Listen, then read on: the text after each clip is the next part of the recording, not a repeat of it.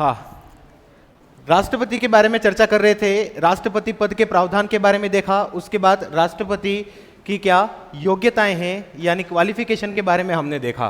Qualification का उल्लेख भारतीय संविधान के अनुच्छेद 58 में था और आपको बखूबी कल मैंने ये बता दिया है कि योग्यताएं क्या क्या थी। आ रही बात समझ में? जैसे भारत का नागरिक, 35 वर्ष की आयु न्यूनतम, और लोकसभा सदस्य बनने की योग्यता रखता हो और लाभ के पद पर नहीं होना चाहिए। बाकी पागल और देवालिया जैसी कोई योग्यता राष्ट्रपति के लिए लिखी हुई नहीं थी।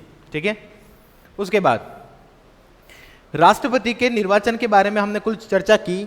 अनुच्छेद 54 ये बताता है कि राष्ट्रपति के निर्वाचन में यानी राष्ट्रपति के चुनाव में कौन वोट देगा, ये कौन बताता है?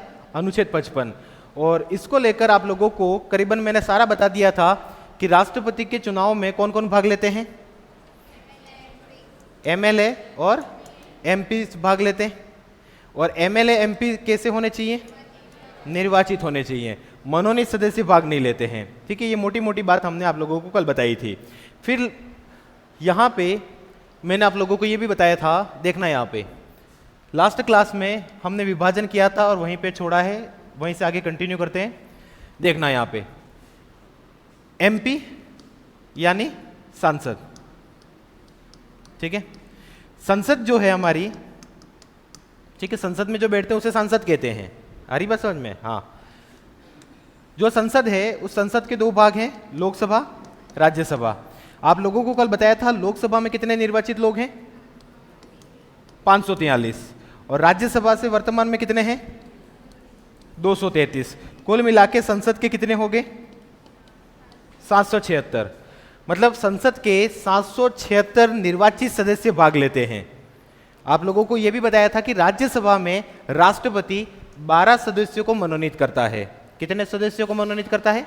12 को। तो मनोनीत सदस्य भाग लेते हैं तो नहीं लेते हैं।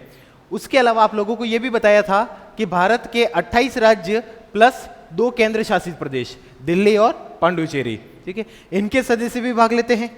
पहले टोटली पूरे भारत से, मैं कह रहा हूं पूरे भारत से करीबन कितने लोग निर्वाचित होकर आते थे? 4120। जम्मू कश्मीर के लगभग 87 लोग निर्वाचित होते थे। जम्मू कश्मीर विधानसभा में कितने लोग निर्वाचित होते थे? 87।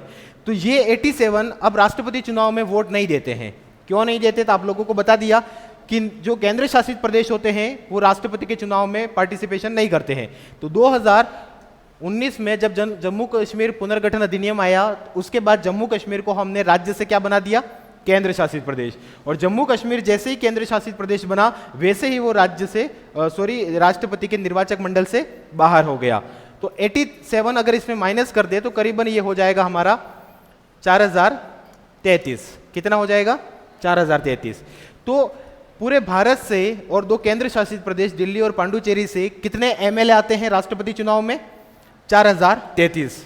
पहले कितने आते थे? 4120। लेकिन जम्मू कश्मीर से अब नहीं आते हैं। ठीक है, 4033 प्लस 776 एमपी।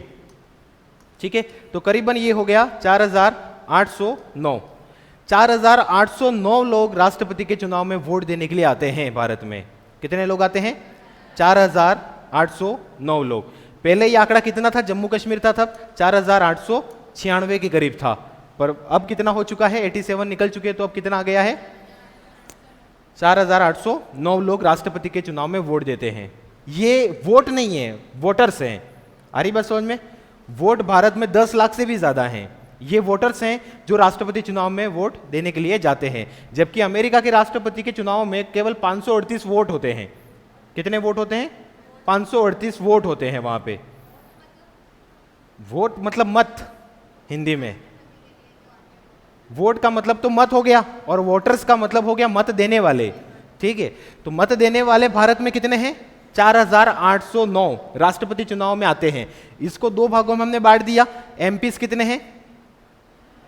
4033 पूरे भारत के। राजस्थान से कितने एमपीस एमएलए जाते हैं? राजस्थान से 200 एमएलए जाते हैं। ठीक है, और पूरे भारत से कितने एमएलए आते हैं? 4033। आई बात समझ में? वैसे ये जो 776 हैं उसमें से राजस्थान से कितने एमपी होंगे? 35 होंगे। 10 राज्यसभा के, 25 लोकसभा के। आ रही बात समझ में? ठीक है, तो एक बार ये उतारना बना देना।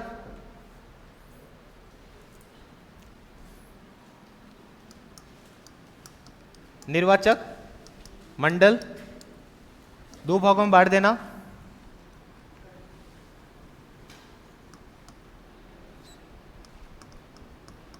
संसद के निर्वाचित सदस्य,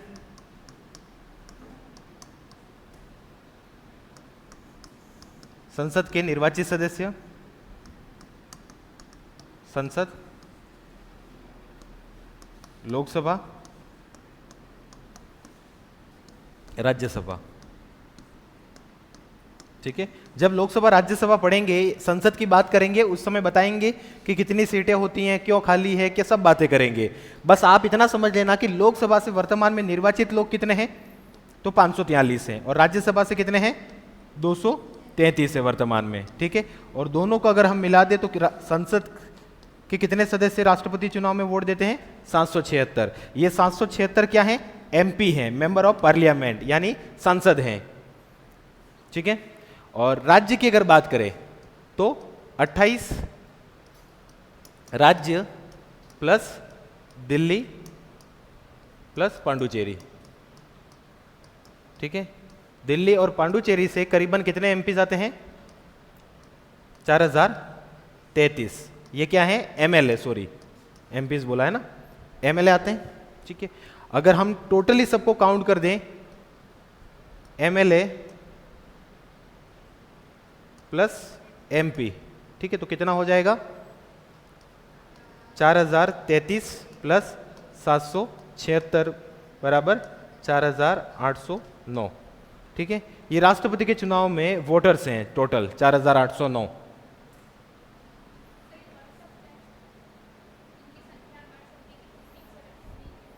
थोड़ा आगे हम जब पढ़ेंगे उस समय आप लोगों को ये बात भी क्लियर हो जाएगी वैसे। ठीक है, पर इतना समझ लेना कि ये बढ़ेंगे तो कब, 2026 में जाके बढ़ने की संभावना है। सब बात करेंगे अभी आप लोगों को, है ना।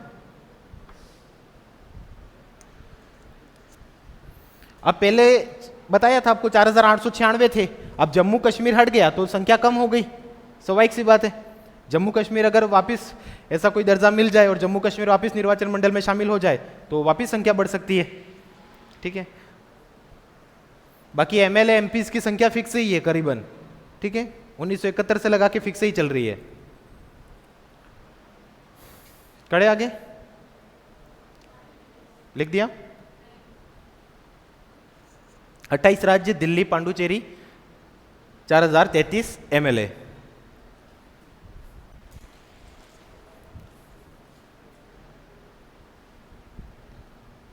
तो यह है राष्ट्रपति का निर्वाचक मंडल। राष्ट्रपति के चुनाव कैसे होते हैं, अप्रत्यक्ष चुनाव है। कैसे चुनाव है, अप्रत्यक्ष चुनाव है, मतलब जिसमें जनता वोट नहीं देती है, जनता द्वारा चुने हुए जो प्रतिनिधि हैं वो वोट देते हैं। और ये जनता द्वारा चुने हुए प्रतिनिधि है पूरे भारत से। ठीक है, जिसमें एमपीज तो कितने हो गए, 776, और एमएलए कितने हो गए, 4033, और दोनों मिला के कितने हो गए वोटर्स, 4809। ठीक है, बढ़े आगे। ठीक, नेक्स्ट हेडिंग लगा देना। आप लोगों को कल की क्लास में यह भी बताया था मैंने कि राष्ट्रपति के निर्वाचक मंडल में अगर किसी राज्य के एमएलए नहीं भी आते हैं या 28 राज्यों के पूरे एमएलए नहीं आए तो भी राष्ट्रपति का चुनाव नहीं रुकता है। ठीक है, राष्ट्रपति के चुनाव पे कोई प्रभाव नहीं पड़ता है। ठीक है, ये बात ध्यान में रखना। राष्ट्रपति के निर्वाचन की रीति हेडिंग लगा देना, अनुच्छेद 55। राष्ट्रपति के चुनाव की रीति, अनुच्छेद 55।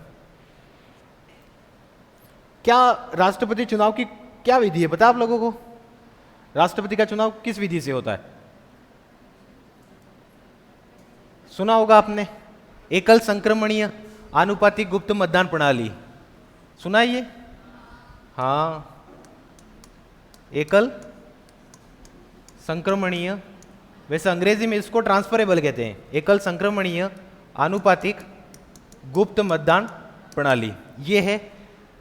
अच्छा, इससे पहले मैं आप लोगों को कुछ चुनाव की पद्धतियों के बारे में बताना चाहूंगा, फिर हम वापस इस पद्धति के बारे में चर्चा करेंगे। ठीक है, चुनाव की विधियां, आप लोगों को चुनाव से क्या जानते हो? आप लोग पता है आप लोगों को? हम लोग यही मानते हैं कि चुनाव का मतलब ये होता है कि जैसे एक दिन चुनाव होते हैं, ठीक है, सब वोट डालने के लिए जाते हैं, वही हम चुनाव समझते हैं। उसके अलावा चुनाव की कौन सी विधियां होती हैं, क्या क्या सिस्टम है, वो हमको नहीं पता है, ठीक है। तो हल्का सा समझना यहाँ पे, चुनाव की विधियों को समझ जाना, उसके बाद जब राष्ट्रपति के बारे में बात करेंगे तो आसानी से चीजें समझ में आ जाएंगी, ठीक है। हमने खाली करीबन यही सुना ही है, एकल संक्रमण या अनुपातिक गुप्त मतदान प्रणाली। वैसे वोट कैसे होते हैं इससे और क्या सिस्टम है ये हमको नहीं पता है, ठीक है। अब देखना यहाँ पे चुनाव की बेसिकली कितनी पद्धतियां हैं? दो हैं। दो प्रकार के चुनाव की प्रणालियां होती हैं। एक तो सिस्टम है, उसे कहते हैं अग्रताही विजेता, फर्स्ट पास्ट दी पोस्ट, ये अंग्रेजी में कहते हैं। और एक आनुपातिक प्रतिनिधित्व की चुनाव प्रणाली होती है, ठीक है, जिसे कहते हैं प्रोपोर्शनल रिप्रेजेंटेशन, ठीक है। अब इसमें कितने हैं? दो हैं। एक तो कौन है? अग्रता और विजेता, और दूसरी क्या है? आनुपातिक प्रतिनिधित्व। चुनाव की दो प्रणालियां होती हैं हमारे यहाँ पे। जैसे आप लोगों को बताऊं मैं, लोकसभा के चुनाव हैं, विधानसभा के चुनाव हैं, पंचायत के चुनाव हैं, नगर पालिकाओं के चुनाव हैं। ये सारे चुनाव इस पद्धति से होते हैं। कौन सी? अग्रताई विजेता। इसमें बेसिकली क्या कॉन्सेप्ट होता है कि जो ज्यादा वोट लाएगा वो जीत जाएगा, और हम इतना ही जानते हैं कि जिसको सबसे ज्यादा वोट मिले वो जीत जाता है। पर दूसरी प्रणाली कौन सी है?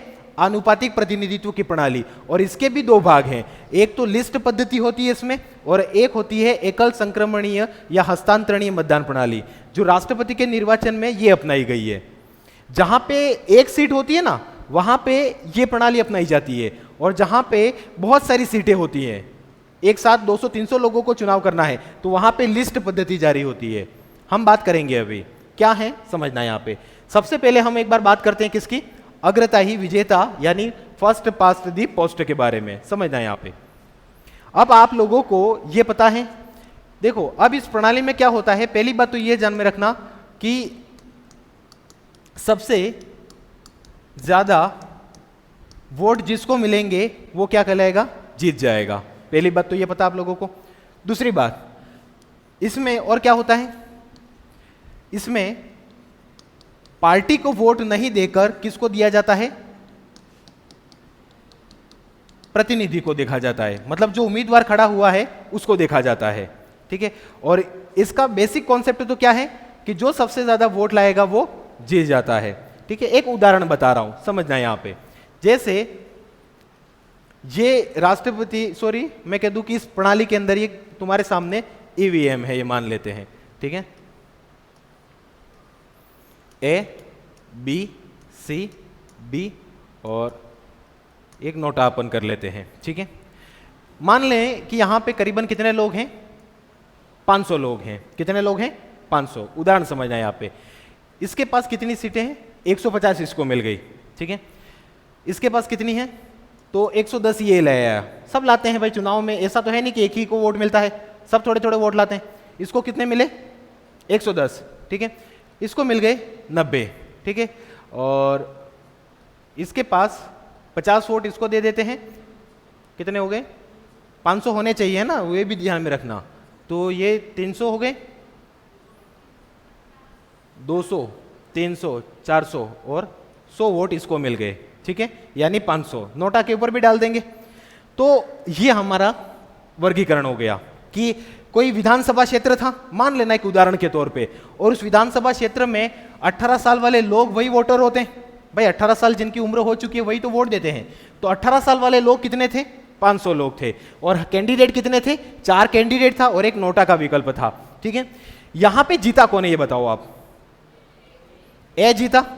ए के पास कितनी सीटें? 150, जीता ये। अब इसको 500 में से कितने लोगों ने पसंद किया? 150 लोगों ने पसंद किया। बाकी बचे कितने लोग? करीबन 350। तो 350 लोग इसको पसंद नहीं करते हैं और 150 लोग इसको पसंद करते हैं, तो भी ये जीत रहा है। आ रही बात समझ में?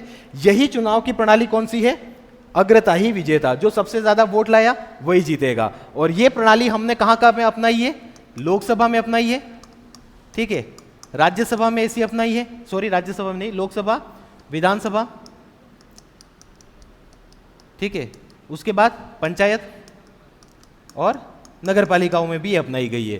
तो कुल मिला के ये प्रणाली ऐसी है जहां पे जो सबसे ज्यादा वोट लाया वो जीत गया। और यहां पे दिख रहा है आपको, मतलब ये ऐसी प्रणाली है जिसमें ऐसा नहीं देखा जाता है कि सबसे ज्यादा मतलब अधिकांश लोग पसंद करें, ऐसा संभव नहीं है। यहां पे देखा आपने कि 350 लोग इसको पसंद नहीं करते थे और केवल 150 लोग इसको पसंद करते हैं। ठीक है, अगर इसका तुम मान लो मोटा मोटी परसेंटेज निकालोगे तो कितना हो गया, करीबन इसके पास 5 या 15 मतलब 30%। 30% लोग इसको पसंद करते हैं और 70% लोग इसको पसंद नहीं करते हैं।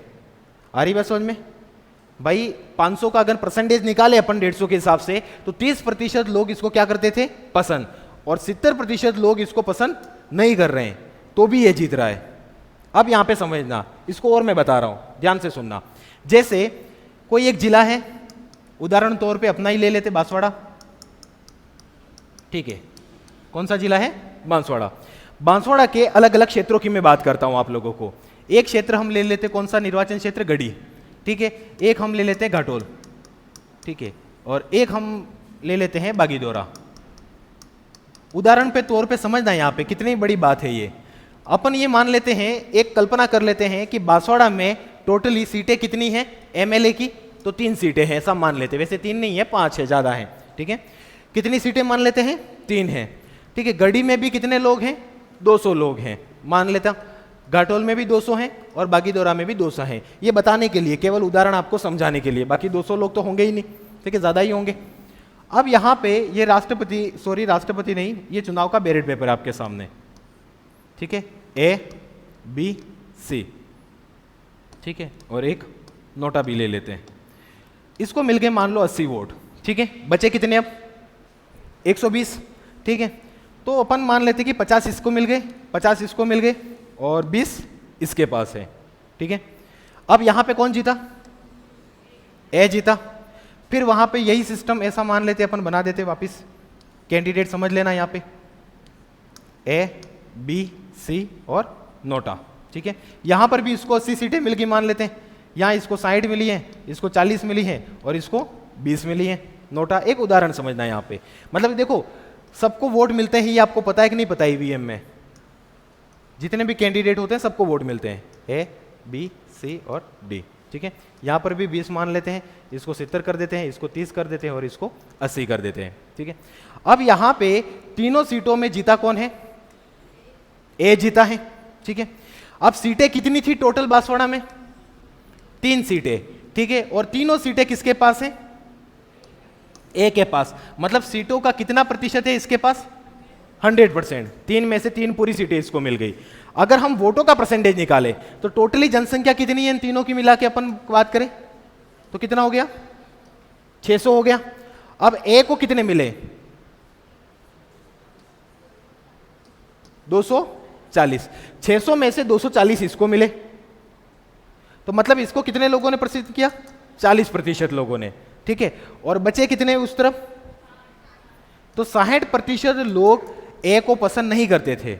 हरी बात समझ में, मतलब ए के विपक्ष में ओवरऑल कितनी वोटिंग हुई है, 60%, पर सीटों का परसेंटेज उसके पास कितना है, 100%। आ रही बात समझ में कि नहीं आ रही है तुम लोगों को, क्या बताया मैंने।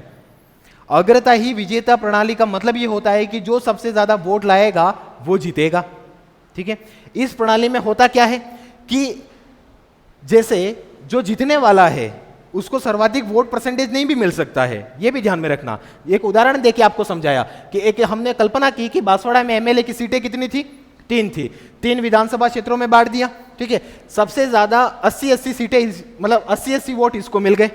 ठीक है, और उसके हिसाब से करीबन इसको कितने वोट मिल गए टोटल, 240, और 600 का 240 के हिसाब से अगर अपन परसेंटेज निकाले तो कितने, 40%। तो ए को कितने लोगों ने पसंद किया था, 40% लोगों ने पसंद किया, पर सीटें उसके पास कितनी आ गई, 100%। आ रही बात समझ में। और यही इस प्रणाली का नुकसान है। और राष्ट्रपति के चुनाव में यह सिस्टम इसलिए नहीं अपनाया क्योंकि भारत का सबसे बड़ा पद है और राष्ट्रपति किसी पार्टी से संबंधित नहीं होता है। एक और चीज यहां पे बता रहा हूं, वैसे बाद में बताएंगे कि राष्ट्रपति के चुनाव में कोई चुनाव चिन्ह नहीं होता है, जैसे अपने चुनाव चिन्ह होते पता है आप लोगों को, जैसे बीजेपी का कमल का है, हाथ कांग्रेस का है। हरी बात समझ में। तो वैसे राष्ट्रपति के चुनाव में कोई चुनाव चिन्ह नहीं होता है, क्योंकि जो राष्ट्रपति होता है वो किसी पार्टी का प्रधान नहीं होता है, वो पूरे भारत का प्रधान होता है। तो ऐसी कंडीशन में न तो उसके चुनाव चिन्ह भी होता है, और दूसरी बात जो राष्ट्रपति होता है उसके चुनाव में ऐसा सिस्टम नहीं बने कम से कम। नहीं तो ऐसा हो गया कि 60% लोग राष्ट्रपति को पसंद नहीं कर रहे हैं और 40% जिसको पसंद कर रहे हैं वो राष्ट्रपति बन रहा है। अरे बस समझ में, तो राष्ट्रपति का चुनाव ऐसा मजाक नहीं बने, इसलिए राष्ट्रपति के चुनाव में हमने कौन सी पद्धति अपनाई, तो ये आनुपातिक पद्धति। आनुपातिक पद्धति में क्या होता है कि सबसे ज्यादा वोट नहीं लाने, आपको निश्चित कोटा लाना पड़ेगा आपको, ठीक है। इसमें भी पहले अगर हम बात करें किसकी, लिस्ट पद्धति की, किसकी बात करूं मैं, लिस्ट पद्धति। इसमें क्या होता है समझना है, यहां पे मान लो ये अपना राजस्थान है, ठीक है, ज्योग्राफी नहीं पढ़ा रहा हो, ये राजस्थान है। राजस्थान में विधानसभा है, पता आप लोगों को, राजस्थान की विधानसभा में एमएलए कितने हैं टोटल, 200 एमएलए हैं, ठीक है। अब राजस्थान में जो चुनाव होते हैं वो कौन सी पद्धति से होते, विधानसभा के अग्रताई विजेता। पर अगर मान लो कि लिस्ट पद्धति से होता तो क्या होता, समझना कि यहां पे पहले क्या कर देते कि सभी पार्टियों को यह कह देते कि आप अपने 200-200 कैंडिडेटों की लिस्ट जारी कर दो। एक उदाहरण के तौर पे कि कोई पार्टी है जिसका नाम क्या है, ए पार्टी है, एक पार्टी बी है और एक पार्टी सी है, ठीक है। अब ये तीनों पार्टियां हैं, ठीक है। ए पार्टी ने अपने 200 कैंडिडेटों की एक लिस्ट जारी कर दी, इन्होंने भी 200 कैंडिडेटों की लिस्ट जारी कर दी और यहां पर भी 200 कैंडिडेट की लिस्ट जारी हो गई, ठीक है। ये लिस्ट जारी हो गई। फिर क्या होता था कि जैसे पहले ईवीएम में कैंडिडेट के जहां पे नाम होते हैं, जैसे आज अभी चुनाव होते हैं, आप जहां पर जाते हो चुनाव वोट दिया कभी आप लोगों ने, ठीक है, ईवीएम देखा है, ठीक है। तो ईवीएम में आपने देखा होगा कि कैंडिडेट का नाम होता है, ये कैंडिडेट है, उस कैंडिडेट के आगे दबा देते हैं, ये हमारी पार्टी का है ना, ये हमको आगे ले जाएगा नहीं करके, है ना, जोश जोश में नहीं करते हो, ठीक है। पर यहां पे कैंडिडेट का नाम नहीं होता है, यहां पे पार्टी का नाम होता है, ए बी और सी, तीन पार्टियां। यहां पे पूरे राजस्थान में केवल पार्टी के ऊपर ही वोट दिया जाता है। कहां किसके ऊपर वोट दिया जाता है, पार्टी के ऊपर। और पार्टी के ऊपर वोट देने के बाद फिर परसेंटेज निकाला जाता है कि किस पार्टी को कितने प्रतिशत वोट मिले। अब मान लो कि ए पार्टी को वोट मिले हैं 50%, कितने प्रतिशत मिले हैं, 50। बी पार्टी को कितने प्रतिशत मिले हैं, 25%, और इसको कितने मिले हैं, 25%। तो अब जो चुनाव आयोग है वो क्या कह देगा कि आपने जो 200 कैंडिडेट की जो लिस्ट की है, ठीक है, अब आपको जो परसेंटेज मिले हैं उसके हिसाब से अब 200 का 50% कितना होगा, 100 होगा। आ रही बात समझ में। तो आपके पास कितनी सीटें हैं अब, 100 सीटें। क्यों, क्योंकि आप कितने वोट का कितना प्रतिशत लाए, 50%, ठीक है। बी जो था, बी को कितनी प्रतिशत वोट मिले हैं, 25%। तो इसको कह दिया कि 200 का 25% कितना हो गया, तो करीबन 50। तो 50 कैंडिडेट आपके जीते, ठीक है। और सी के पास कितनी है, उसके पास भी 25 है, तो इसको भी कह दिया कि 50 कैंडिडेट आपके भी जीत गए। आ रही बात समझ में। इसमें जैसे जैसे वोट का परसेंटेज होगा उसी के अनुसार सीटें उन सबको बांट दी जाती हैं। आ रही बात समझ में कि नहीं आई, तुम लोगों को नहीं आई? सुनो एक बार ध्यान से समझो यहां पे चीजों को। मैंने ये बताया, एक तो प्रणाली कौन सी बताई, अग्रता ही विजेता, जो सबसे ज्यादा वोट लाया वो जीत गया, कोई मतलब नहीं है वहां पे परसेंटेज से। ये है अनुपातिक प्रतिनिधित्व की प्रणाली। और इसमें क्या है कि जैसे मान लो राजस्थान की विधानसभा है, राजस्थान की विधानसभा में टोटली लोग कितने हैं, एमएलए 200 एमएलए हैं, ठीक है। अब 200 एमएलए हैं तो 200 एमएलए अलग अलग कहीं पे खड़े नहीं होंगे। पार्टी जो होगी, जैसे एक बार फिर से बता रहा हूं यहां पे, जैसे अपन समझ ले बीजेपी कांग्रेस के रूप में, बीजेपी कांग्रेस, एबीसीडी तुम लोगों को समझ में आ ही नहीं रही है, ठीक है। और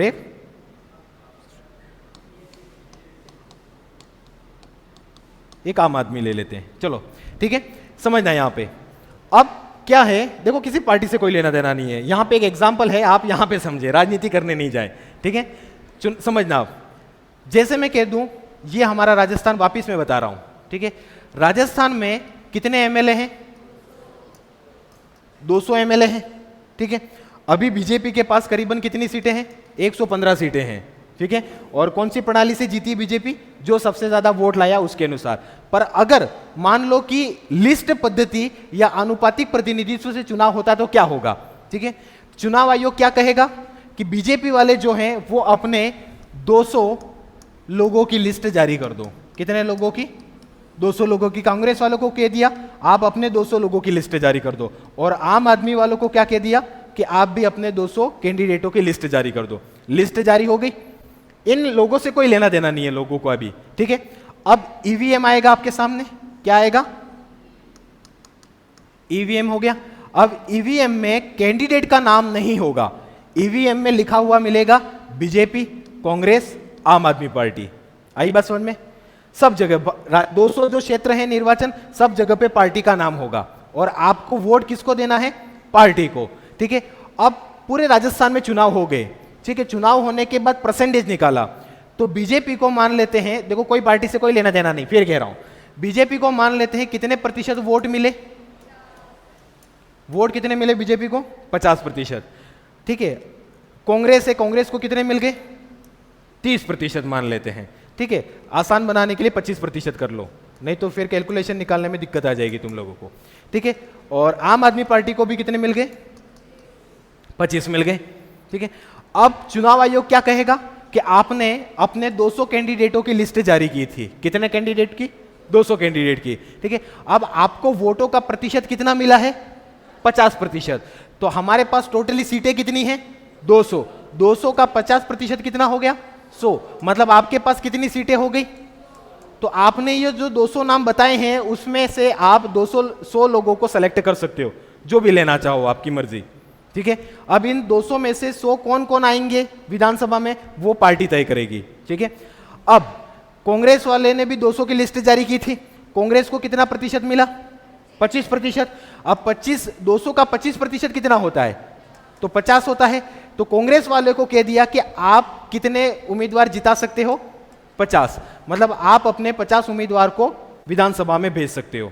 और आम आदमी पार्टी वालों को भी कितने मिले, 25, तो उनको भी, इनके पास भी कितनी सीटें हो गई, 50, तो 50 आम आदमी की, 50 कांग्रेस की और 100 बीजेपी की, कुल मिला के सीटें कितनी हो गई, 200। सरकार कौन बनाएगा, बीजेपी, जिसके पास सबसे ज्यादा सीटें। आ रही बात समझ में? लिस्ट पद्धति क्या होती है, जिसमें पार्टी के ऊपर मत दिया जाता है, जबकि एक जो first past the post system है, अग्रताई विजेता, उसमें कैंडिडेट के ऊपर वोट दिया जाता है। और उसी के बारे में हम जानते हैं, हम जिसके बारे में जानते हैं वो कौन सा सिस्टम है, वही है कि जहां पे दबा दिया बटन, सबसे ज्यादा जिसको वोट मिले वो जीत गया। लेकिन राष्ट्रपति के चुनाव में ऐसी पद्धति नहीं है, ठीक है।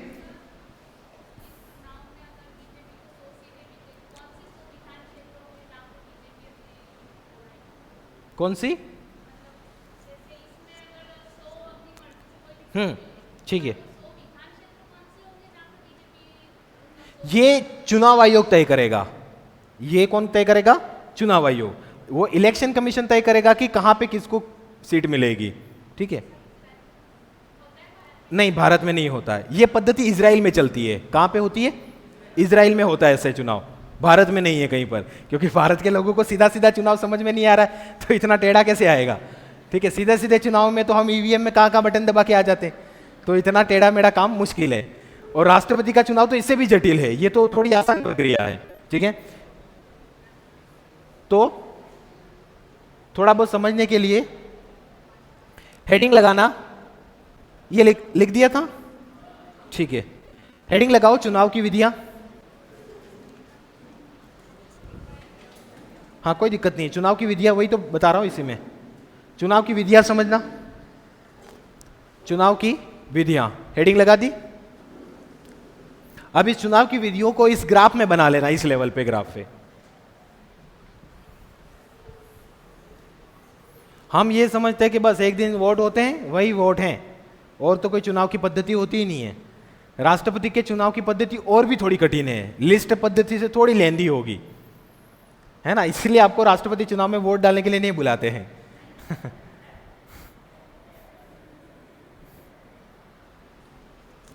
उतार देना, ये दोनों पद्धतियां हैं चुनाव की विधियों में, अग्रता ही विजेता और आनुपातिक प्रतिनिधित्व। और इसमें भी दो हैं, एक लिस्ट पद्धति होती है और एक एकल संक्रमणीय आनुपातिक गुप्त मतदान प्रणाली। एकल संक्रमणीय हस्तांतरणीय, अंग्रेजी में सिंगल ट्रांसफरेबल वोटिंग सिस्टम।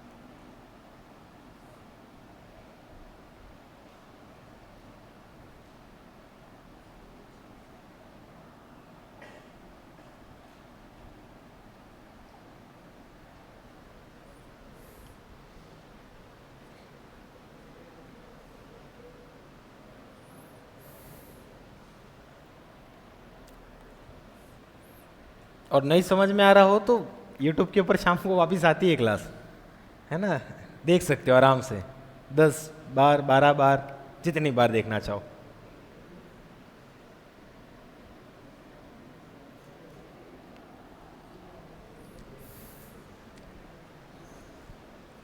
उतार दिया। चलो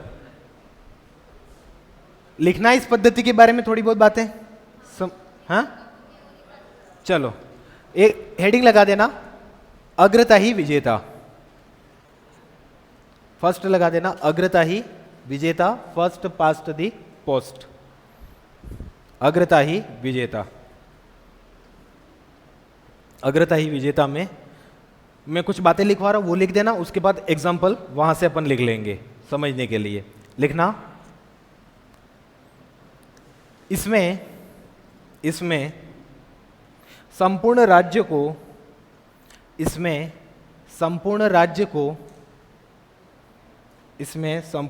को अलग अलग निर्वाचन क्षेत्रों में बांटा जाता है।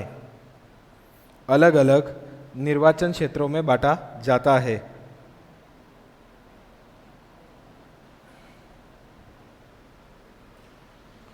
अलग अलग निर्वाचन क्षेत्रों में बांटा जाता है। फिर लिखना प्रत्येक निर्वाचन क्षेत्र से एक व्यक्ति जीतता है। प्रत्येक निर्वाचन क्षेत्र से एक व्यक्ति जीतता है। प्रत्येक निर्वाचन क्षेत्र से एक व्यक्ति जीतता है। फिर लिखना तीसरी बात लिखना सबसे अधिक वोट प्राप्त करने वाला व्यक्ति, सबसे अधिक वोट प्राप्त करने वाला व्यक्ति जीतता है। सबसे अधिक वोट प्राप्त करने वाला व्यक्ति जीतता है।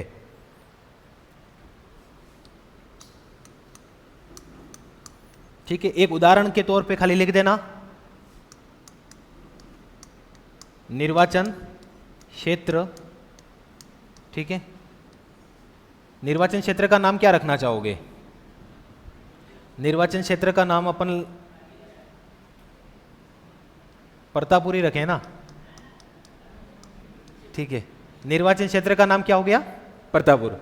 ठीक है, अब इस निर्वाचन क्षेत्र में लोग कितने हैं? एग्जाम्पल के तौर पे कितने हैं? 500 लोग हैं। ठीक है, अब एक बैलेट पेपर बना देना, थोड़ा आइडिया लग जाएगा जिससे।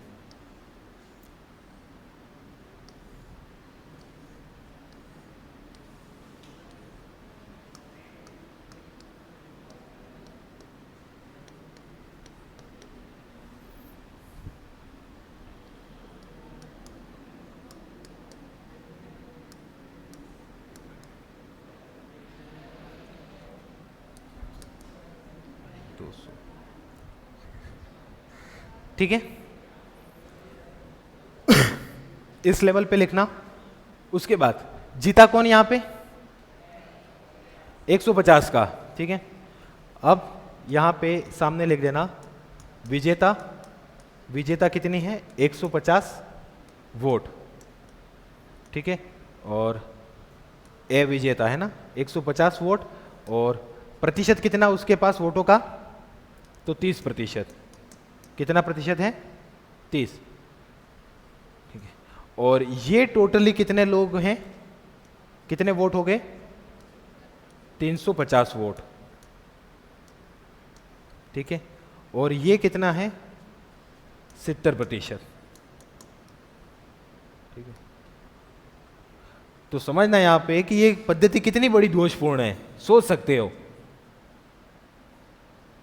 कि 70% लोग जिसको पसंद नहीं कर रहे वो जीत रहा है। कभी कभार तो इतना वोट और वैल्यू परसेंटेज निकलता है कि ये तो मैंने कम कैंडिडेट बताए, और भी ज्यादा कैंडिडेट होते तो सब में और वोट बढ़ जाते, और खाली एक वोट से कोई जीतता तो सोच सकते हो फिर वहां पे केवल 5% लोग पसंद करते थे, 95% लोग नाराज थे, तो भी वो जीत गया। यही तो इस पद्धति का सबसे बड़ा दोष है। इसीलिए तो राष्ट्रपति के चुनाव में इसको नहीं अपनाया है। लिखा? लिखने के बाद एक नोट लगा के एक लाइन लिख देना। नोट लगा के एक लाइन लिखना, नोट लगा के एक लाइन लिखना। इस चुनाव प्रणाली में, इस चुनाव प्रणाली में, इस चुनाव प्रणाली में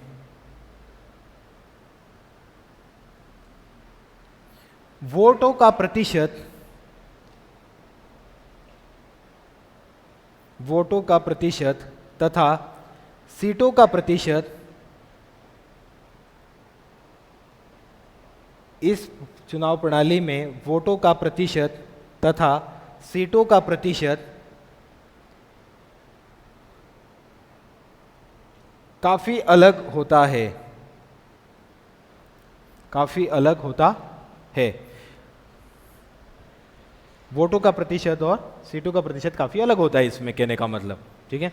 और ये हम लोगों ने ये देखा, जो ये उदाहरण था जिसका, उसमें आप लोगों को समझ में आई बात कि बांसवाड़ा विधानसभा क्षेत्र बांटा, जिसमें कितने लोग थे? 3 कैंडिडेट जीत सकते थे, और तीनों में जीता कौन है? ए जिताया था हमने, ठीक है। और ए को टोटली कितने वोट मिले थे? 240 वोट। और वोटों का प्रतिशत उसके पास कितना था? 40। लेकिन सीटों का प्रतिशत उसके पास कितना चला गया? 100। आ रही बात समझ में? ठीक है, नेक्स्ट लिखो, हेडिंग लगाना, आनुपातिक प्रतिनिधित्व,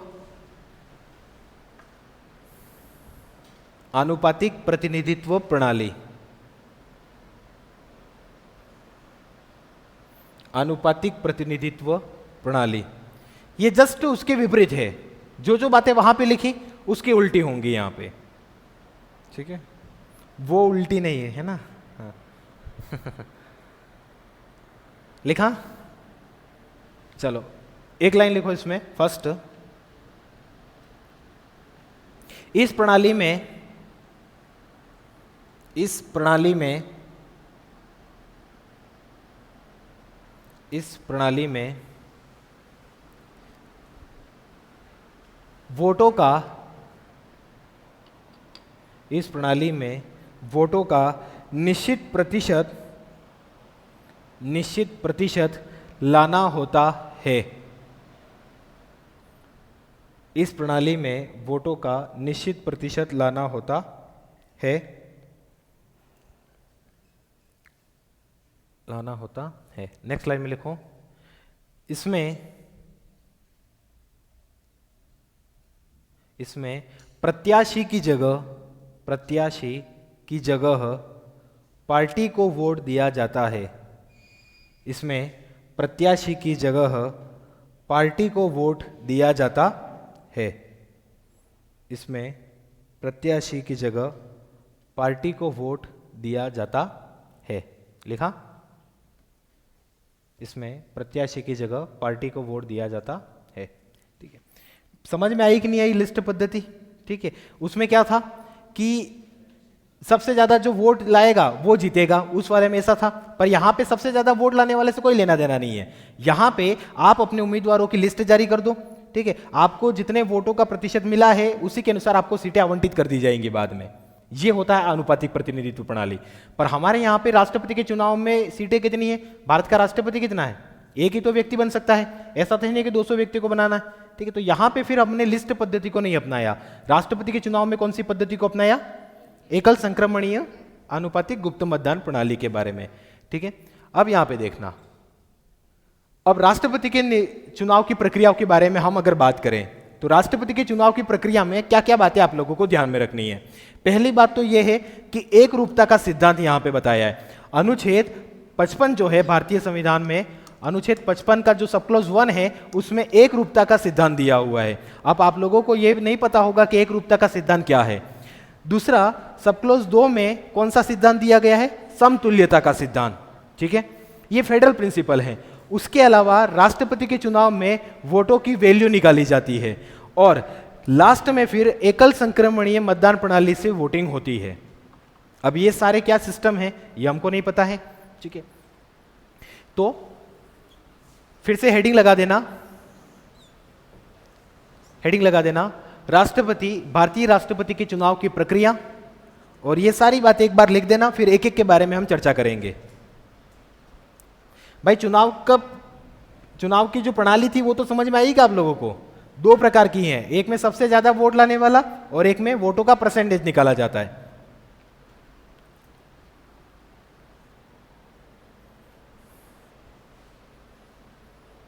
भारतीय राष्ट्रपति के चुनाव की प्रक्रिया, उसमें एक रूपता का सिद्धांत, समतुल्यता का सिद्धांत, मत मूल्य,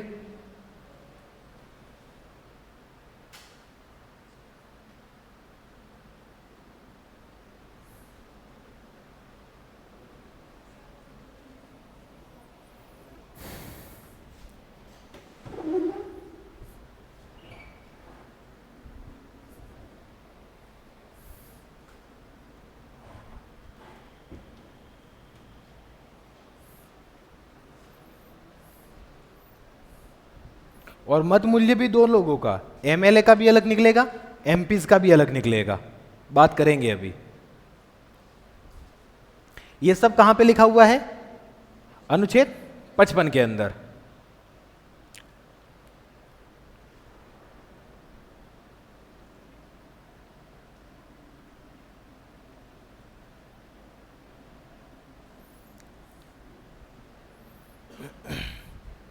भारतीय राष्ट्रपति के चुनाव की प्रक्रिया।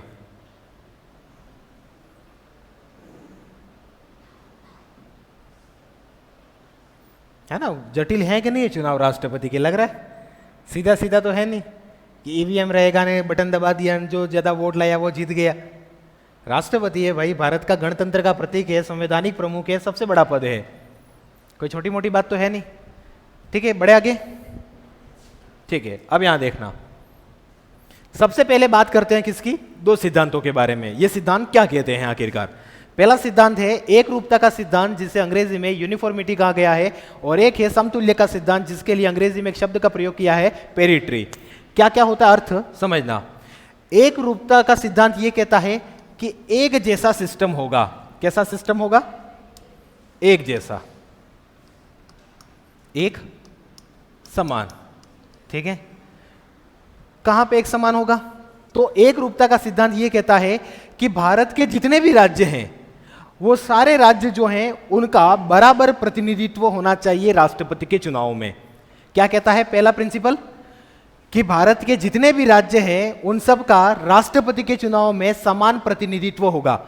मतलब कहने का अर्थ यह है कि प्रत्येक राज्य का प्रत्येक नागरिक बराबर हिस्सेदारी रखेगा राष्ट्रपति के चुनाव में, ऐसा कहा गया है। ठीक है, मतलब क्या कहा गया है कि जो भारत के जितने भी राज्य हैं उन राज्यों में प्रतिनिधित्व बराबर रहेगा। मतलब राष्ट्रपति के चुनाव में उनकी वैल्यू एक समान रहेगी, पर वैल्यू एक समान नहीं रहेगी। क्यों नहीं रहेगी बताएंगे आपको, क्योंकि देखो आगे बात करेंगे। दूसरी बात, समतुल्यता का सिद्धांत यह कहता है कि जो राज्य हैं, क्योंकि आप लोगों को बताया राष्ट्रपति के चुनाव में 4809 एमएलए, कितने टोटली एमएलए आते थे? सॉरी 4033 तो एमएलए आते थे। भाई एमएलए राज्यों से आते, एमएलए कितने थे? 4033। और एमपी केंद्र में है, ठीक है, एमपी कितने थे? 776। आ रही बात समझ? अब हावी कौन हो जाएगा? ज्यादा संख्या किसकी है? एमएलए की।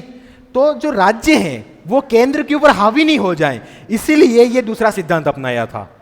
जो राज्य हैं, राज्य से ज्यादा एमएलए आ रहे है ना, मारामारी तो करनी नहीं है वैसे, पर एक एग्जाम्पल समझना क्या है कि जो राज्य हैं वो केंद्र के ऊपर हावी नहीं हो जाए, इसलिए दूसरा सिद्धांत अपनाया, जिसका नाम क्या है? समतुल्यता का सिद्धांत। इसमें यह कहा गया है कि जो एमपी की वैल्यू है, जो एमपी की वैल्यू है वो राज्यों की वैल्यू के बराबर होनी चाहिए। जितना वोट वैल्यू इन लोगों का है 4033 का, उतना ही कितना होगा? 776 लोगों का होगा। कैसे होगा आगे बात करेंगे अपन। ठीक है, बस अब आप लोग इतना समझ लेना कि दो सिद्धांत हैं अनुच्छेद 55 के अंदर। ठीक है, अनुच्छेद 55 का सब क्लोज 1 एक रूपता के सिद्धांत की बात करता है और 55(2) समतुल्यता के सिद्धांत की बात करता है। एक रूपता का सिद्धांत आप भाषा पढ़ोगे तो समझ में नहीं आएगा वहां पे, पर मैं आसान भाषा में बता रहा हूं कि एक रूपता का सिद्धांत का मतलब क्या है कि राज्य, जो राज्य हैं भारत के 28 राज्य, वो सभी राज्य राष्ट्रपति के चुनाव में बराबरी रखे। सभी राज्य, किसी भी राज्य के साथ कोई भेदभाव नहीं हो जाए। ठीक है, ये बात बताई है किसमें, एक रूपता के सिद्धांत में। और समतुल्यता का सिद्धांत क्या कहता है कि जो राज्य हैं केंद्र के ऊपर हावी नहीं हो जाए और केंद्र राज्यों के ऊपर हावी नहीं हो, तो दोनों का बैलेंस बना रहे केंद्र और राज्य में। ये क्या कहता है, राज्य राज्य में बैलेंस रहे, और ये क्या कहता है, केंद्र और राज्य दोनों में बैलेंस रहे। अब राज्य और राज्यों में बैलेंस कैसे रहेगा, इसके लिए इन्होंने एक फॉर्मूला निकाला। क्या निकाला, एक फॉर्मूला कि एक विधायक का मत मूल्य, मतलब भारत के कितने राज्य हैं, 28 राज्य, 28 राज्य में जो भी एमएलए होगा उस एमएलए के जो वोट की वैल्यू है, मत मूल्य, वो वोट वैल्यू निकालने के लिए ये सूत्र होता है। कौन सा सूत्र होता है, ये वाला, पढ़ना एक बार। राज्य की कुल जनसंख्या बटे विधानसभा के कुल निर्वाचित सदस्यों की संख्या, ठीक है, और भाग कितने का देना है, 1000 का। ये भाग इसलिए देना है क्योंकि संख्या ज्यादा बड़ी नहीं आ जाए, इसलिए, बाकी इस भाग का कोई लॉजिक नहीं है। 1000 का भाग इसलिए देते हैं कि संख्या थोड़ी कम आ जाए और कैलकुलेशन में दिक्कत नहीं आए। आ रही बात समझ में, चलो। तो सूत्र इन्होंने कौन सा अपनाया, ये वाला, क्या है कि विधेयक का मत मूल्य क्या होगा, राज्य की कुल जनसंख्या, विधानसभा के कुल निर्वाचित सदस्यों की संख्या। अब यहां पे समझना, मैं एक उदाहरण देके आप लोगों को समझाऊं, ठीक है। ए राज्य है, एक राज्य है ए और दूसरा राज्य है बी, ठीक है। ए राज्य की मैं जनसंख्या मान लेता हूं कितनी है, 4 लाख है। कितनी है, इकाई, दहाई, सैकड़ा, हजार, 10,000, लाख, 4 लाख जनसंख्या है। कितनी जनसंख्या है, 4 लाख। और बी राज्य की जनसंख्या कितनी है,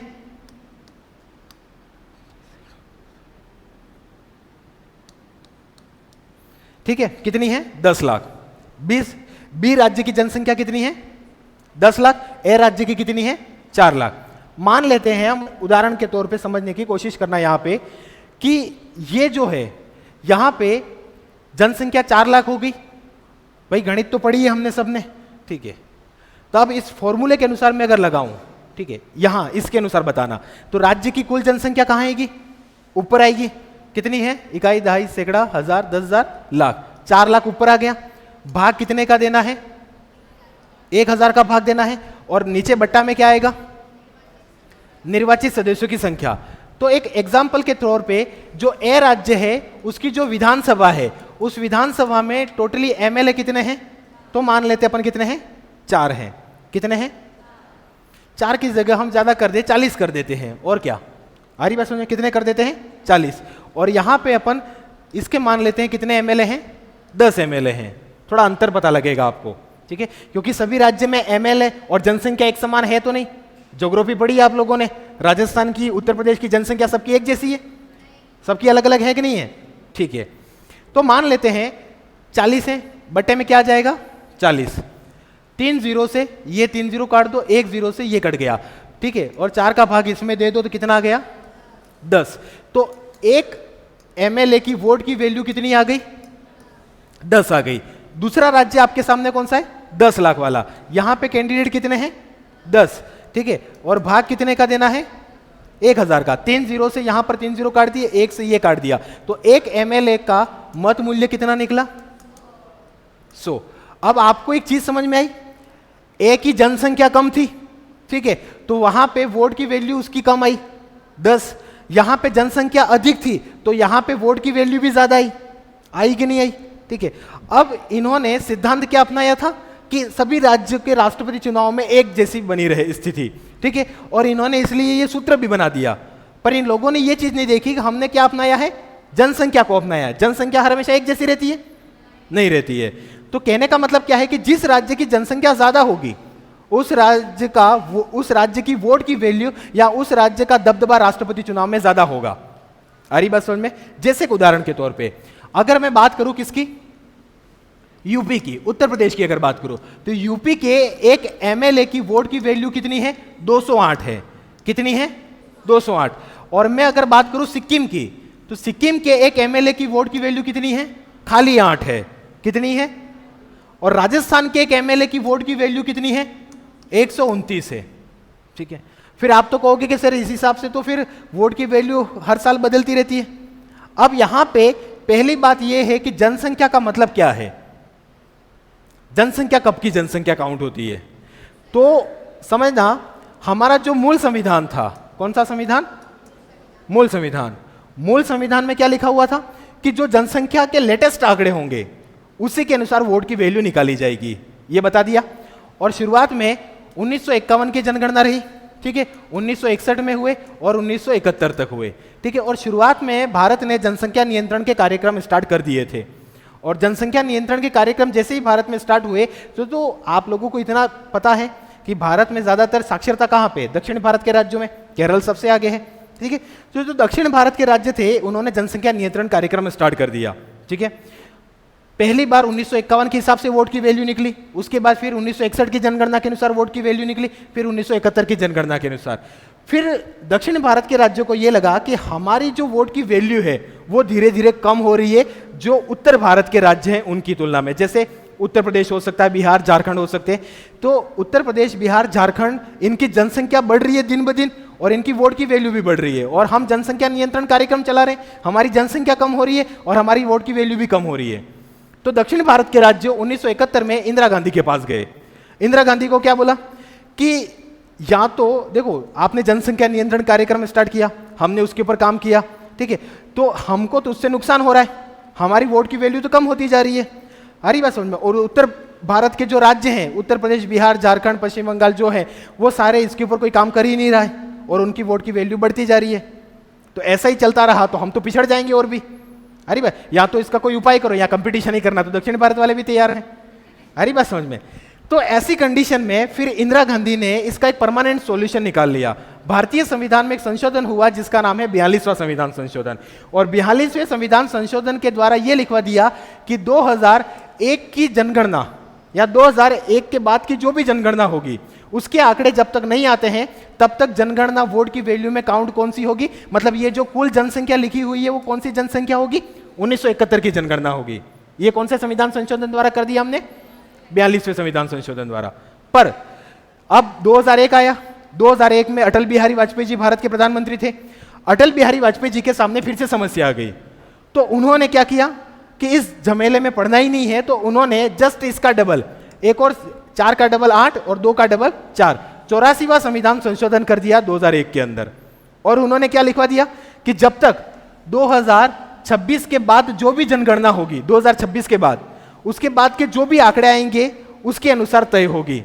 तब तक कौन सी जनगणना रहेगी, 2026 तक 1971 की जनगणना होगी। आ रही बात समझ में। तो जो वोट की वैल्यू है, जो ये चुनाव में फॉर्मूले में जो कुल जनसंख्या है, वो कुल जनसंख्या कब की है, 1971 की है। कब की है, 1971। तो उत्तर प्रदेश 1971 की जनगणना के अनुसार 208 पे चल रहा है। आ रही बात समझ में। अभी लेटेस्ट आंकड़े आ जाते तो 500 क्रॉस कर जाता, समझ रहे बात को। हाँ, जैसे मैं एक उदाहरण बताऊं आपको, 1971 में भारत की जनगणना करीबन 2 करोड़ और 57 लाख के आसपास थी। कितनी थी, 2 करोड़ 57 लाख। उसका भाग दे देना आप 200 का और उसके अंदर 1000 का फिर से भाग देना, आपको लगभग कितना मिल जाएगा, 128.5 मिलेगा। और जब 5 से ज्यादा हो जाता है तो राउंड फिगर कर लिया जाता है उसको। तो राजस्थान के एक विधेयक की वोट की वैल्यू कितनी हो गई, 129 कर दी गई। कितनी कर दी गई, क्योंकि 1971 में राजस्थान की जनसंख्या कितनी थी, 2 करोड़ 57 लाख के करीबन। और हमारे पास एमएलए कितने हैं, 200 हैं, क्योंकि फॉर्मूला यही तो लिखा हुआ है कि राज्य की कुल जनसंख्या बटे जो राज्य है उसके विधानसभा के कुल निर्वाचित सदस्यों की संख्या। तो राजस्थान के एमएलए कितने हैं, 200 हैं। और 1971 की जनगणना कितनी थी, 2 करोड़ 57 लाख, ठीक है। और फिर उसमें 200 का भाग दे देना है और 1000 का भाग देना है, आ जाएगा 128.5। करके देख लेना, ठीक है। आ रही बात समझ में। तो ये कुछ फॉर्मूला अपनाया, पर ये फॉर्मूले में गड़बड़ी हुई कि नहीं हुई, ये बताओ। कि इन्होंने प्रिंसिपल क्या अपनाया था कि राज्य बराबर बने रहे, पर इन्होंने सूत्र के अंदर जनसंख्या को डाल दिया। अब राज्य कैसे बराबर रहेंगे, आ रही बात समझ में आप लोगों को, ठीक है। तो ये बात ध्यान में रखना। तो इसी के अनुसार सबके अलग अलग वोट की वैल्यू निकाली जाती है, ठीक है। और टोटली पर जब ये राउंड फिगर किया जाता है तो लगभग ये 5,43,000 वोट आते हैं राज्य से, ठीक है। और फिर वो एमपीस के साथ बराबर कर दिए जाते हैं, तो 10,80,000 के आसपास वोट चले जाते हैं। बात करेंगे अभी आगे, बस आप तो अभी इतना ध्यान में रखना। ये लिख दिया था, अब हेडिंग लगा दो ये वाला, एक रूपता का सिद्धांत। इसमें क्या क्या लिखना आप लोगों को, एक रूपता का सिद्धांत।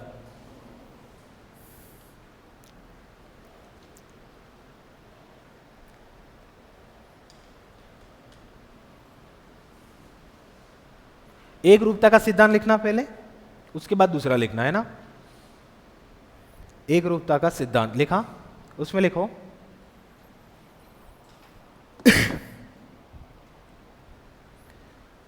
सभी राज्यों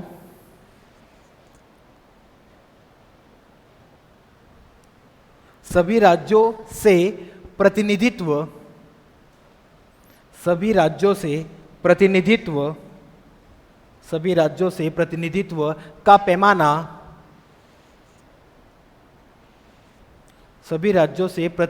का पैमाना, ओब्लिक करके मापन यूं कर देना, ओब्लिक करके मापन भी कर देना। सभी राज्यों से प्रतिनिधित्व का पैमाना ओब्लिक मापन बराबर होगा। सभी राज्यों से प्रतिनिधित्व का पैमाना या मापन बराबर होगा। ठीक है, मतलब कहने का अर्थ क्या है कि सभी राज्य बराबर रहेंगे। तो नीचे लिख देना राज्य बराबर राज्य। ठीक है, तो सभी राज्य एक समान रहने चाहिए। ठीक है, ये बताता है राज्य बराबर राज्य। ठीक है, ठीक है, और इसके लिए हमने सूत्र बनाया कि नहीं बनाया बाद में? ठीक है, हाँ, पर सूत्र में गड़बड़ी क्या कर दी? जनसंख्या को हमने मान लिया, और जनसंख्या के आधार के तो आंकड़े तो अलग अलग आते ही जाएंगे फिर। ठीक है, फिर लिख देना नेक्स्ट समतुल्यता का सिद्धांत। समतुल्यता का सिद्धांत, समतुल्यता का सिद्धांत, समतुल्यता का सिद्धांत लिखा। समतुल्यता के सिद्धांत में लिखो, इसमें लिखना राष्ट्रपति के चुनाव में समतुल्यता के सिद्धांत का अर्थ क्या होता है। बाकी तुम आर्टिकल 55 उठा के देखना, पता लग जाए तो गारंटी दे रहा हूं। ठीक है, लिखना राज्य क्या, राष्ट्रपति के चुनाव में केंद्र व राज्यों के मध्य, राष्ट्रपति के चुनाव में केंद्र व राज्यों के मध्य, राष्ट्रपति के चुनाव में केंद्र व राज्यों के मध्य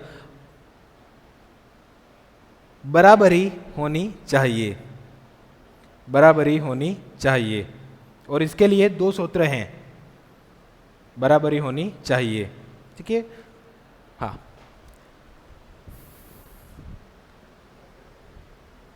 अब क्या होता है, हेडिंग लगा देना, हेडिंग लगाना मत मूल्य का निर्धारण। मैंने हेडिंग लगा दो मत मूल्य का निर्धारण, और उसमें पहली हेडिंग लगाना एमएलए यानी विधायक का मत मूल्य, जो हम कल की क्लास में देखेंगे। ठीक है, पर आप लिख देना। ठीक है, मत मूल्य का निर्धारण हेडिंग लगा दी। ठीक है, उसी के अंदर फिर लिखना विधायक या एमएलए का मत मूल्य, और ये सूत्र उतार देना, इतना कर देना। बाकी इसके फॉर्मूले आप लोगों को कल मैं और भी बता दूंगा। सूत्र उतार देना, एक विधायक के मत मूल्य निकालने का सूत्र क्या है, और सभी राज्यों में इसी सूत्र से निकलेगा, किसी भी राज्य में अलग चीज नहीं होगी, है ना। वोट वैल्यू निकालने के लिए सूत्र क्या होगा, सभी राज्यों का एक जैसा ही होगा। बस गलती हमने कर दी जनसंख्या को अपना के। अब लोगों को नहीं पता था कि जनसंख्या बदलती रहती है, उनको लगा कि 2 लोग मर रहे हैं तो 2 लोग ही पैदा हो रहे हैं। ठीक है, एक विधायक का मत मूल्य बराबर राज्य की कुल जनसंख्या बटे विधानसभा के कुल निर्वाचित सदस्य। और 1000 का भाग क्यों दे रहे, क्योंकि संख्या थोड़ी कम आए, है ना। एक एमएलए इतने सारे वोट लेके कैसे उठा के जाएगा, है ना, तो मुश्किल हो जाता है।